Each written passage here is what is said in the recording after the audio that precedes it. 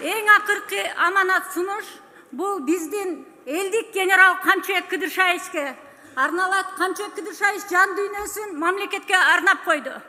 Баарыбыз көрүп жатабыз кандай күрөш болуп жаткандыгын. Баарыңыздардан суранып, колдооңуздарга суранам. Жогорку кеңешке коюп, кол тийбестик статусун берсеңиздер. Кол тийбестик статусун берсеңиздер. Рахмат сизге. Рахмат. Сөз Жуманова Элнур Аттажы Назаровна да сөйлөңүз. Саламатсыздарбы, курултайдын катышуучулары, саламатсызбы Садыр Нуркожоевич.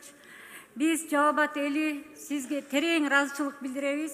Биринчи элдик курултайда келип, көйгөйлөрүбүздү көтөргөн делегаттар жемиштүү болуптур. Себеби бир жылдын ичинде шаарыбызда аябай чоң өзгөрүү болду. Элдердин баары ыраазы. Жаңы сос объектилер курулду. Оңдоо түзөө иштери сонун деңгээлге жетти. Биз бүгүн курултайга көйгөй менен келбедик. Биз сунуш менен келдик. Жалал Абад шаарындагы Спутник аймак башкаруу мекемесине караштуу Көк Арт участкасына өзүнчө кичи шарча статусун берүү. Ал жерде 10.500дөн калктын саны өсүүдө. Экинчи сунушубуз билим берүү маселесинде жогорку окуу жайларыбызда архитектура адистиги жана психология адистиги жок экен. Жалал Абад шаарындагы жогорку окуу жайларда. Медицинага кайрылсак, медицина боюнча жеке лаборатория, Аква, Банецкий, ошондой эле башка жеке лабораториялы мамлекеттин карамагына өткөрүү. Мамлекетибизде талкуу болуп жаткан туу маселесине токтолуп кетейин. Кыргыздын кызымын, тууга өзгөрүүсүнө каршымын.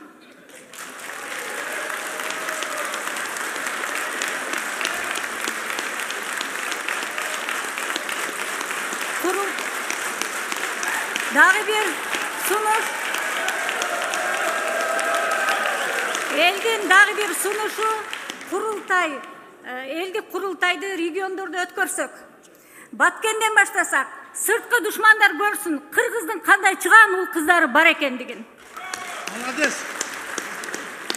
Эң акыркы аманат сунуш бул биздин элдик генерал Камчыбек Кыдыршаевичке арналат. Камчыбек Кыдыршаевич жан дүйнөсүн мамлекетке арнап койду.